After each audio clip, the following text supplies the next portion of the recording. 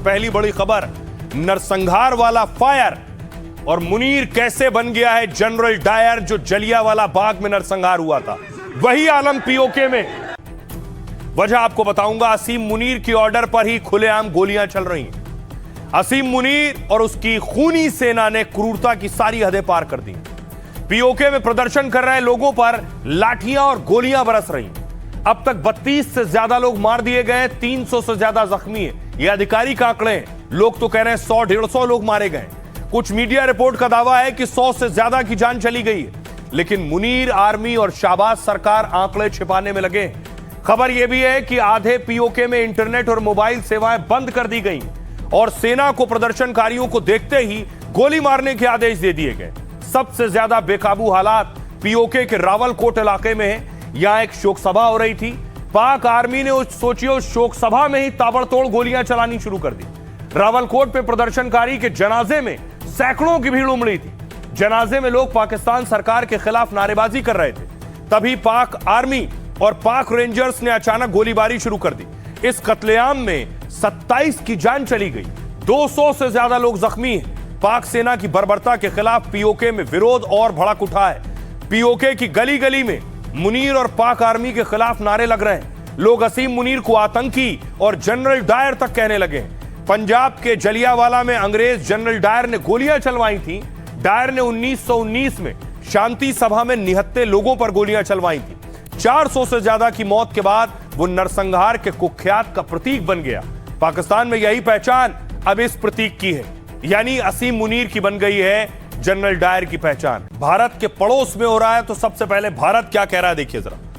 PoK में बर्बरता पर भारत ने पाकिस्तान को कड़ी फटकार लगाई। विदेश मंत्रालय ने कहा है कि हमारी हालात पर पूरी तरह नजर है। अपनी नाकामी छिपाने के लिए पाक फर्जी खबरें फैलाता है, मानवाधिकार के उल्लंघन से ध्यान भटकाने की कोशिश करता है। पीओके में भी पाकिस्तान और उसकी सेना इसी कोशिश में है। पाकिस्तान के कब्जे वाले कश्मीर में भीषण बर्बरता की खबरें हैं। पाक की बदहाली के खिलाफ आवाज उठाने वालों पर गोली चलाई गई। इसे केवल कानून व्यवस्था का मामला नहीं माना जा सकता। यह पीओके में लंबे समय से चल रहे असंतोष का नतीजा है। पाकिस्तान को कश्मीरियों के नरसंहार का हिसाब देना होगा। उम्मीद है कि अंतर्राष्ट्रीय समुदाय भी पाक पर दबाव बढ़ाएगा और उसे दुष्कर्मों और अत्याचारों के लिए जवाबदेह ठहराएगा। अब देखिए ब्रिटेन क्या कह रहा है। पीओके में चल रहे प्रदर्शन आंदोलन की गूंज ब्रिटेन तक पहुंची है। लंदन समेत कई शहरों में पाक विरोधी प्रदर्शन हुए। लंदन में पाक उच्चायोग के बाहर सैकड़ों लोग जमा हुए। कहा गया तेरा बाप भी आजादी देगा, छीन के लेंगे आजादी के नारे लगे। ब्रिटेन के 30 से ज्यादा सांसदों ने अपनी सरकार को चिट्ठी लिखी है। पीओके में हिंसा और मानवाधिकार के उल्लंघन पर दखल देने की मांग की है। कहा है पाकिस्तान पर कूटनीति के जरिए दबाव डालना चाहिए। कनाडा, ऑस्ट्रेलिया ने अपने नागरिकों के लिए एडवाइजरी जारी की है। पीओके के किसी भी हिस्से में यात्रा न करने की सलाह दी है। फंसे लोगों को हिंसक प्रदर्शनों से दूर रहने की कड़ी हिदायत दी गई है। सुनिए जरा भारतीय विदेश मंत्रालय के प्रवक्ता क्या कह रहे हैं। पाकिस्तान की ओर से फर्जी खबरों और वीडियो का एक सिलसिला लगातार देखने को मिला है, देख रहे हैं हम लोग। यह अपनी विफलताओं को छिपाने और अपने मानवाधिकारों के उल्लंघन हनन के से ध्यान भटकाने का पाकिस्तान का हताशा पूर्ण प्रयास है। पाकिस्तान ने कब्जे वाले कश्मीर में भीषण पुलिस बर्बरता की खबरें हम लोगों ने देखी है। कई एक रिपोर्ट देखने में आया है जिसमें कई एक प्रदर्शनकारी मारे गए हैं और कई एक बुरी तरह से घायल है। हम उम्मीद करते हैं कि अंतर्राष्ट्रीय समुदाय पाकिस्तान को अपने दुष्कर्मों और अत्याचारों के लिए जवाबदेही ठहराए। चुनाव आरक्षण पर यह आग भड़की है। पीओके में अगले महीने 27 जुलाई को चुनाव होने।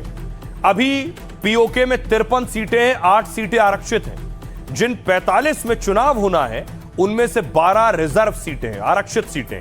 ये जम्मू कश्मीर से विस्थापित होकर आए लोगों के लिए। Jammu Kashmir joint Awami action committee यानी जैक इसका विरोध कर रही है। उसका कहना है आरक्षण से आबादी का प्रतिनिधित्व कम हो रहा है। जैक की मांग पर कोई फैसला या आश्वासन की बजाय पाक सरकार ने आतंक रोधी कानून के तहत बैन लगा दिया, इसे आतंकी संगठन घोषित कर दिया। इसी के बाद पीओके में हिंसा और तनाव बढ़ गया। इसके अलावा दूसरी मांग है महंगाई और दमन से गुस्सा है। पीओके में कई महीनों से सरकार विरोधी प्रदर्शन हो रहे हैं। लोग कह रहे हैं कि उनके साथ द्वयम दर्जे का बर्ताव हो रहा है। पाक उनके प्राकृतिक संसाधनों का इस्तेमाल तो करता है, लेकिन बदले में उसे सिर्फ भेदभाव और दमन झेलना पड़ता है। लोग कह रहे हैं हमें गेहूं और बिजली चाहिए थी, गोलियां नहीं।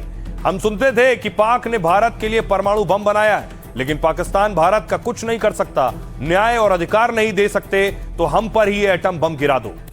एक तरफ पीओके में पाकिस्तान का नरसंहार और पड़ोसी दुश्मन ऐसा हो तो उसके ऊपर लगाम कस कर रखना जरूरी है। दूसरी तरफ भारत ने सिंधु जल समझौता रद्द कर दिया है, उसके बाद पाकिस्तान का गला सूखना शुरू हो गया है।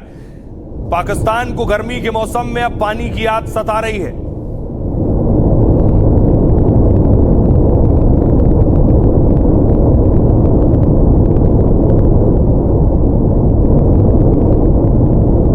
अब देखिए जरा पाकिस्तान का हाल क्या है। भारत ने पानी रोक रखा है, इस तरह से टपक रहा है।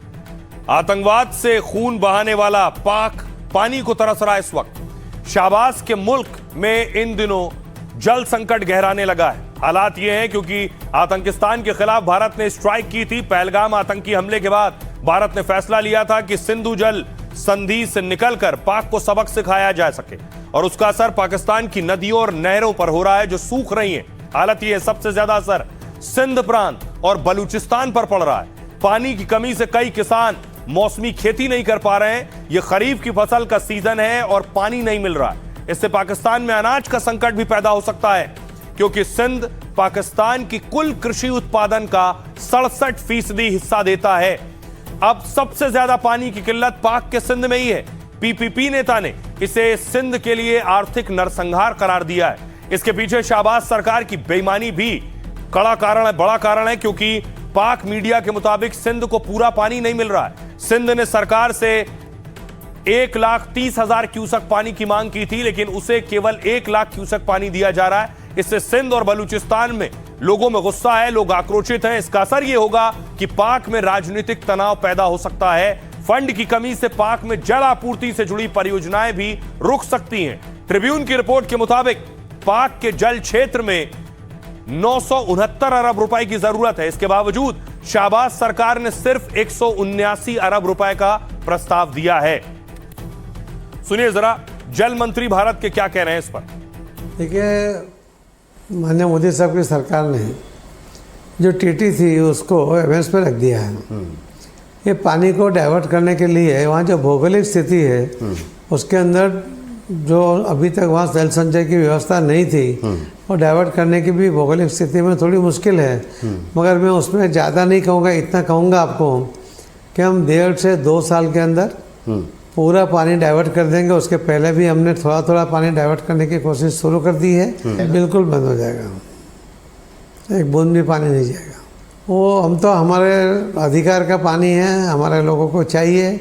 इसीलिए माननीय प्रधानमंत्री मोदी साहब चाहते हैं कि जहां हमारे यहाँ किल्लत है वहां पर पानी पहुंचना चाहिए। इस वक्त आप देखो ना, दूसरी तरफ इस वक्त पाकिस्तान का पानी वैसे ही बंद है, और आप कहते हो कि हम जाके मकबूजा कश्मीर लेंगे। सवाल ही नहीं पैदा होता इन हालात के अंदर। आप आजाद कश्मीर बचा लो, बहुत बड़ी बात है। तो एक तरफ पाकिस्तान का गला सूख रहा है, दूसरी तरफ पाकिस्तान अब कांपेगा भी, क्योंकि तैयारी बड़ी है। तैयारी यह है कि भारत अपनी परमाणु मिसाइलें तैनात करने जा रहा है।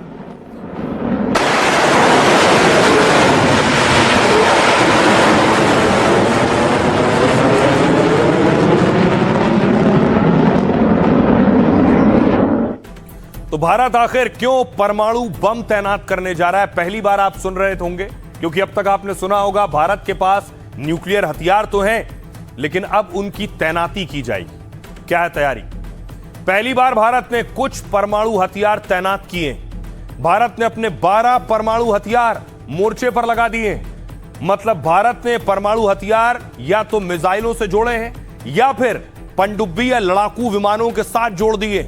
भारत के परमाणु बम किस हथियार में लगे हैं, यह जानकारी बहुत खुफिया है, इसकी किसी के पास डिटेल नहीं। लेकिन तैनाती का मतलब है कि तुरंत इस्तेमाल के लिए तैयार, बटन दबाया और जवाब। या कोई देश भारत पर परमाणु हथियार चलाने की कोशिश करेगा तो भारत फौरन उस देश पर परमाणु हमला कर सकता है। Stockholm International Peace Research Institute SIPRI ने यह दावा किया है। SIPRI के मुताबिक चीन पाक के खतरे को देखते हुए भारत ने बदलाव किया है। रिपोर्ट के मुताबिक 2025 तक भारत के परमाणु हथियार तैनात नहीं थे। तब तक भारत की रणनीति परमाणु हथियार को स्टॉक करने की थी, लेकिन ऑपरेशन सिंदूर के बाद भारत ने परमाणु प्लान बदल दिया है और भारत ने परमाणु हथियार बढ़ाए भी हैं और मोर्चे पर तैनात भी किए हैं। अब आपको बताऊं, दुनिया के देशों के पास परमाणु हथियार हैं, कितने हथियार किसके पास हैं और किसने कितने हथियारों को तैनात किया है। देखिए जरा, परमाणु हथियारों की लिस्ट आ गई है सबकी। सबसे पहले देखिए जरा, अमेरिका के पास हैं कुल 5042 हथियार परमाणु। अमेरिका ने 1770 परमाणु हथियार तैनात कर रखे हैं। रूस के पास हैं 5420। रूस ने 1796 हथियार तैनात कर रखे हैं, परमाणु हथियार, यानी अमेरिका से ज्यादा रूस ने परमाणु हथियार तैनात कर रखे हैं। चीन के पास 620 परमाणु हथियार हैं, चीन ने उनमें से 34 तैनात कर रखे हैं। भारत के पास 190 परमाणु हथियार हैं और भारत ने 12 तैनात कर रखे हैं। पाकिस्तान के पास 170 परमाणु हथियार हैं और एक भी तैनाती नहीं है। अच्छी खबर यह है कि भारत के पास पाकिस्तान से 20 ज्यादा परमाणु हथियार हो गए हैं। भारत के पास 190 और पाकिस्तान के पास 170 परमाणु हथियार। आइए अब आपको सुनवाता हूं, सुनिए जरा डिफेंस एक्सपर्ट इस पर क्या कह रहे हैं, क्यों भारत ने यह कदम उठाया।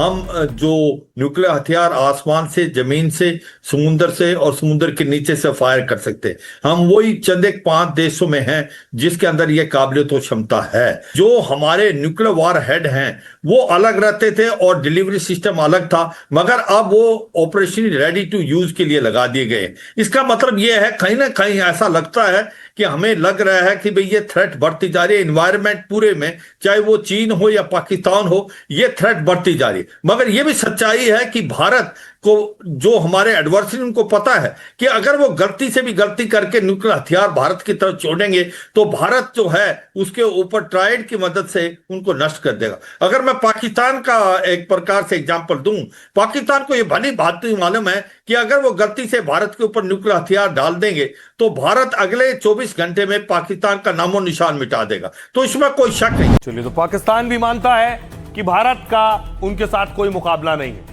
खबरों में आगे बढ़ते हैं। आज की एक और बड़ी खबर है, बात खान सर की, बिहार लिए चलते हैं। अच्छी खबर खान सर के लिए यह है कि खान सर की अब गिरफ्तारी नहीं होगी। उनका एक वीडियो भी वायरल है जो खान सर ने बनाया था इस अटैक और इस बवाल के बाद। हमला, बस आपसे ये उम्मीद है, आप एक सवाल पूछिए। आपके पास वीडियो है, आपके पास सोशल मीडिया है, आप उठाइए और एक सवाल पूछिए। हमला करने कौन आया था? सवाल नंबर 1, ध्यान से सुनिए। हमला करने रात में कौन आया था? गार्ड को सेल्फ डिफेंस में हवाई फायरिंग की नौबत क्यों आ गई? जान बचाने के लिए क्या गार्ड हवाई फायरिंग भी न करे? यदि गार्ड गलत होता तो गार्ड छुप के फायरिंग कर सकता था, लेकिन वह भीड़ को तितर बितर करने के लिए जब तक पुलिस नहीं आई तब तक किया। पुलिस आने के बाद क्या उसने किया? अच्छा, ये लोग वापस किसके क्यों गए थे? संगीत सुनाने के बाद। जब गार्ड ने सेल्फ डिफेंस में हवाई फायरिंग किया तब ये भागे। जिसको चोट लगी है चुन चुन, उसने बयान दिया कि नहीं कि गोली चल रही है।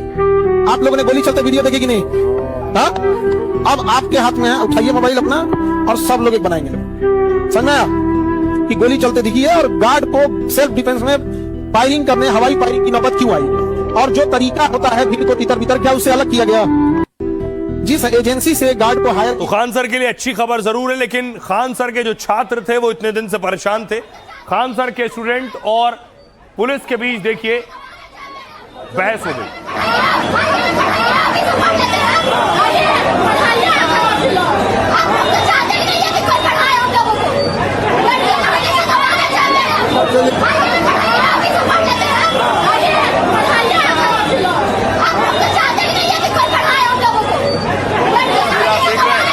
छात्राएं पुलिस वालों से कह रही हैं, आइए आप ही पढ़ा लीजिए हमें आके। आप चाहते नहीं है लड़कियां पढ़ें, पढ़ाएं, लड़कियों को दबाना चाहते हैं।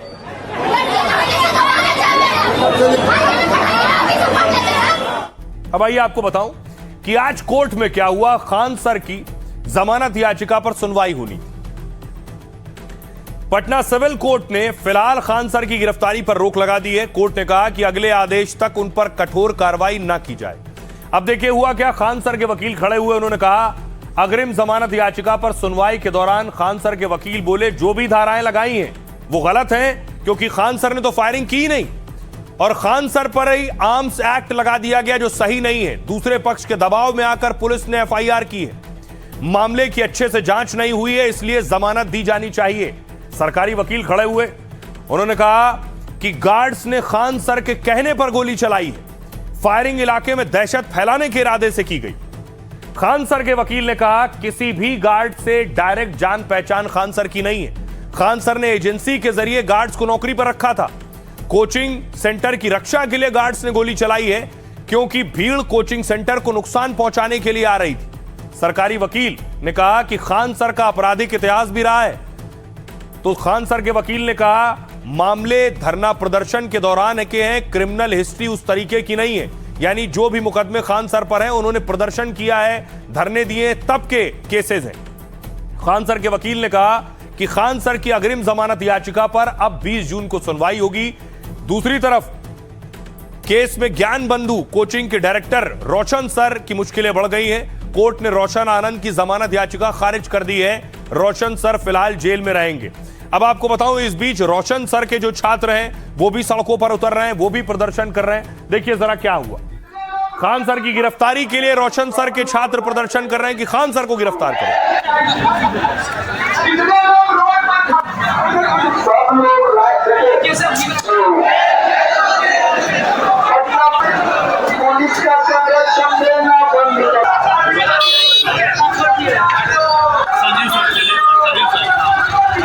महावीर मंदिर में जाके 1 किलो लड्डू चढ़ाएंगे।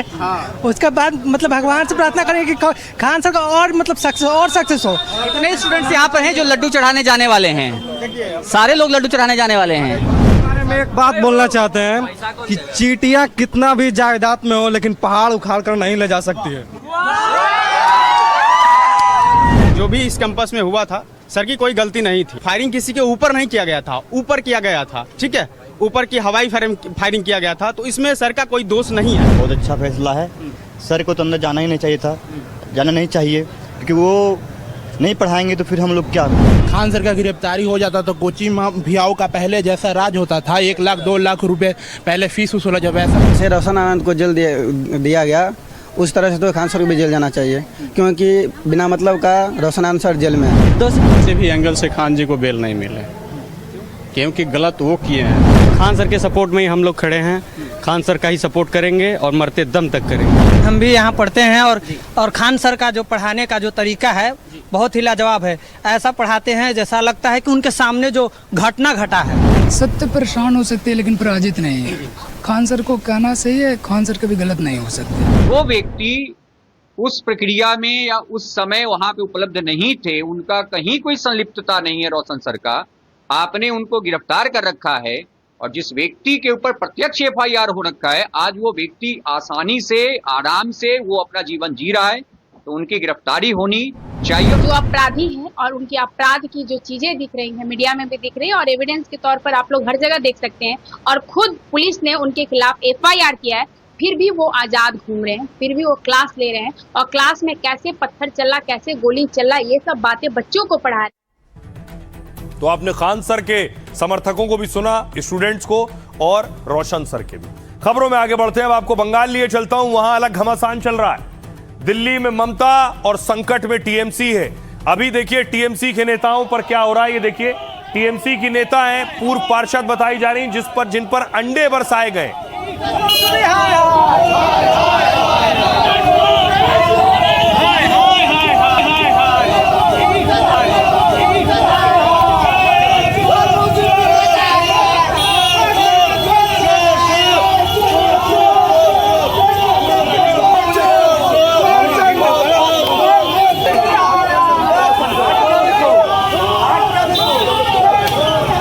जरा टीएमसी के एक बड़े नेता, पूर्व मेयर सब्यसाची, जिनकी गिरफ्तारी हुई, और उसके बाद देखिए लोग गोबर और अंडे लेकर खड़े थे उन पर मारने के लिए।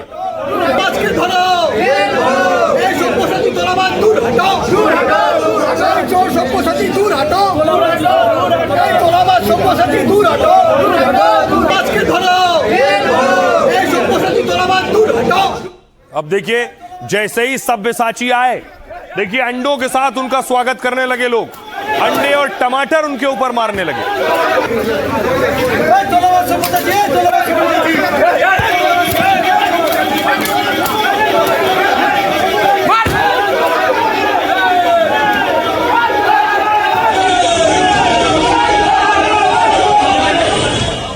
बंगाल में इतने अंडे चल रहे हैं, विधाननगर में देखिए टीएमसी के नेता जैसे ही निकले उनके ऊपर अंडों की बारिश हो गई।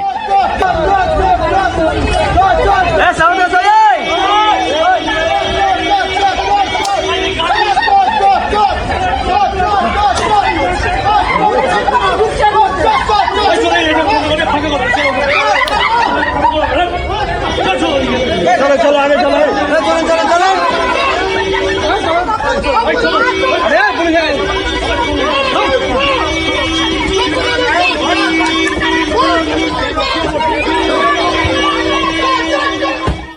अब बात पुष्पा की। जहांगीर खान की कल गिरफ्तारी हो गई थी।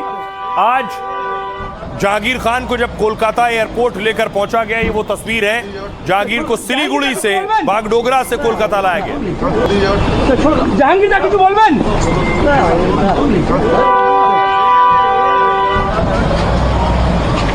और उसके बाद जहांगीर को पुलिस ने कस्टडी में ले लिया है। ये वो तस्वीर आप देख रहे हैं। जहांगीर से जुड़ी एक बड़ी जानकारी मिली है कि जहांगीर की तस्वीर आप देख रहे हैं पुलिस कस्टडी में।